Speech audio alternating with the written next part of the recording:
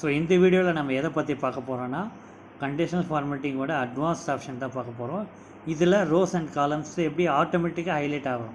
அதாவது நான் தொட்டேன் அப்படின்னா அந்த ரோஸ் ஹைலைட் ஆகணும், காலமும் ஹைலைட் ஆகணும். அதுக்கு நம்ம கண்டிஷனல் ஃபார்மேட்டிங் போகிறோம். அதில் நம்ம பேசிக்ஸ் எல்லாத்தையும் பார்த்தாச்சு. இப்போது இந்த வீடியோவில் நம்ம நியூ ரூல்ஸ்ன்னு சொல்லி ஒன்று பார்க்க போகிறோம். ஸோ இதில் உங்களுக்கு எந்த ரேஞ்சை ஹைலைட் பண்ணணும் அப்படின்னு நினச்சிங்களோ அந்த ரேஞ்சை ஃபுல்லாக செலக்ட் பண்ணிவிட்டு கண்டிஷனல் ஃபார்மேட்டிங்கில் நியூ ரூல் ஆப்ஷன் இருக்கும். அதில் use of formula to determine கொடுத்துட்டு ஈக்குவல் டு செல் ஆஃப் நீங்கள் என்ன பண்ணணும், ரோ பண்ணணுன்னா ரோன்னு போடணும். அதுவும் கொட்டேஷன் மார்க்கில் தான் போடணும்.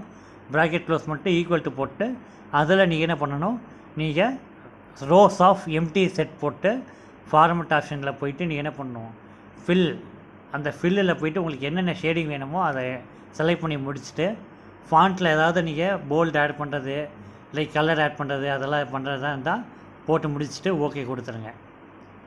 ஓகே அழுத்திட்டு இப்போ பார்த்தீங்கன்னா உங்களுக்கு அந்த ஃபஸ்ட்டு ரோ மட்டும் ஹைலைட் ஆகிருக்கும். இப்போ ஏன் அந்த மாதிரி ஆகுதுன்னா நம்மளுக்கு இன்னும் கொஞ்சம் ஒரு வேலை இருக்குது.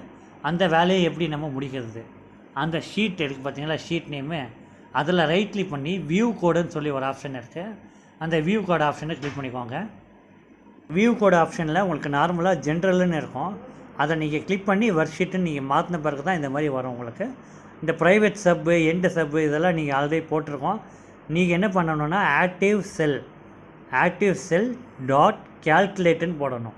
அதை போட்டுட்ட பிறகு என்ன பண்ணணும், நீங்கள் Ctrl+S கொடுத்து சேவ் பண்ணணும். நீங்கள் சேவ் பண்ணால் மட்டுமே உங்களுக்கு ஹைலைட் ஆகும் எல்லா ரோஸும். இப்போ பார்த்தீங்கன்னா ரோஸ் ஆட்டோமேட்டிக்காக ஹைலைட் ஆகுது.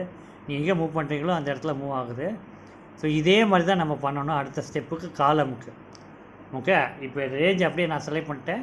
அதே மாதிரி நான் நியூ ரூலுக்கு போகிறேன். அதே மாதிரி நான் யூசர் டிட்டர்மின் டு ஃபார்முலா கொடுக்குறேன். ஸோ இப்போ என்ன நம்ம பண்ணணும் அப்படின்னா அதே ஃபார்முலாவில் ஈக்குவல் டு போட போகிறோம். இப்போ என்ன பண்ணோமோ அப்படியே ரிவர்ஸில் வருது. என்ன ரிவர்ஸில் வருது, காலம் ஆஃப் எம்டி செட்டு போட்டுருவீங்க. ஸோ ஈக்குவல் டு போடுவீங்க.